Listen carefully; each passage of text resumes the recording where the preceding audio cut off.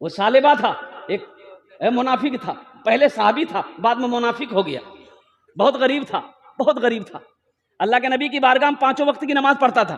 کہا کہ یا رسول اللہ آمینہ کے لال میرے لیے دعا کر دیجیے، بہت غربت ہے، ایک وقت کھاتا ہوں دوسرے وقت روٹی نہیں ملتی. اللہ کے نبی نے ارشاد فرمایا سالبہ تمہارے لیے یہی بہتر ہے.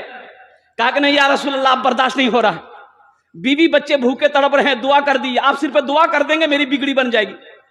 بزید ہو گیا تو اللہ کے نبی نے دعا کر دیا، برکت کی دعا کر دی.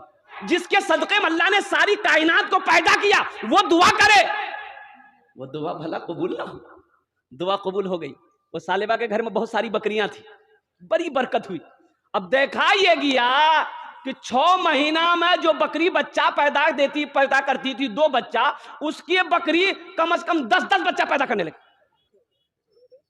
اب وہ جو جگہ تھی نا وہ کم پڑ گئی، اتنی بکریاں اتنی دولت، جگہ کم پڑ گئی. وہ گھر توڑا، وہاں سے گھر توڑا، وہ دور خلاصہ جگہ پر کشادہ جگہ پہ گھر بنایا. وہاں بھی برکت، وہاں بھی برکت، وہاں بھی اتنی برکت کہ وہاں سے بھی گھر توڑا، دور لے کے گیا. اب جو آدمی 5 وقت کی نماز پڑھنے آتا تھا اب صرف وہ عشاء اور فجر میں آنے لگا. عشاء اور تو اللہ کے نبی نے ارشاد فرمایا بھائی سالبہ کو نہیں دیکھتے، سالبہ کہاں ہے؟ کہا کہ یا رسول اللہ اب اس کو فرصت کہاں ہے، اتنی دولت کا مالک ہو گیا ہے، اب اس کو ٹائم کہیں نہیں ملتا ہے، ٹائم نہیں ملتا ہے. تو اللہ کے نبی نے ارشاد فرمایا میں نے پہلے کہا تھا سالبہ تمہارے حق میں دولت اچھی نہیں ہے، تمہارے حق میں مال اچھا نہیں ہے، لیکن وہ مانا نہیں ہے، قربان جاؤ. وہاں بھی اتنی دولت کہ پورا میدان بھر گیا، وہاں بھی سے بھی گھر توڑا، مدینے سے دور چلا گیا. اب جو آدمی 5 وقت کی نماز پڑھتا تھا 2 وقت پڑھنے لگا، اب 2 وقت کی نماز بھی وہ بھی چھوٹ گئی، خالی جمعہ آنے لگا. زکوٰۃ کا حکم ہو گیا. اللہ کے نبی نے آدمی کو بھیجا کہ جاؤ سالبہ کے پاس میں جاؤ، اس کو قرآن سناؤ اور اس سے کہو اپنے مال میں سے زکوٰۃ نکالے.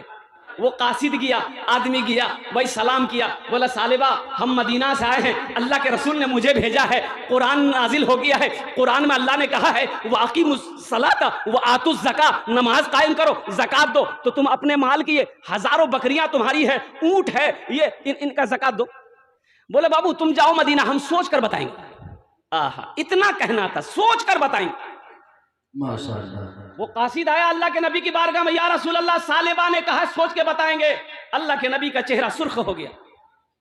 آپ نے ارشاد فرمایا سالبہ میں نے تمہیں پہلے ہی کہا تھا یہ دولت تمہارے حق میں اچھا نہیں، یہ دولت تمہارے حق میں بہتر نہیں ہے، لیکن تم نے نہیں مانا.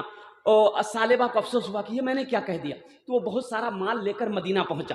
کہا یا رسول اللہ مجھ سے غلطی ہو گئی ہے، یہ میرا مال قبول کر لیے. اللہ کے نبی نے ارشاد فرمایا سالبہ اپنا مال لے کر واپس جا، تیرے مال کی اللہ کو ضرورت نہیں ہے.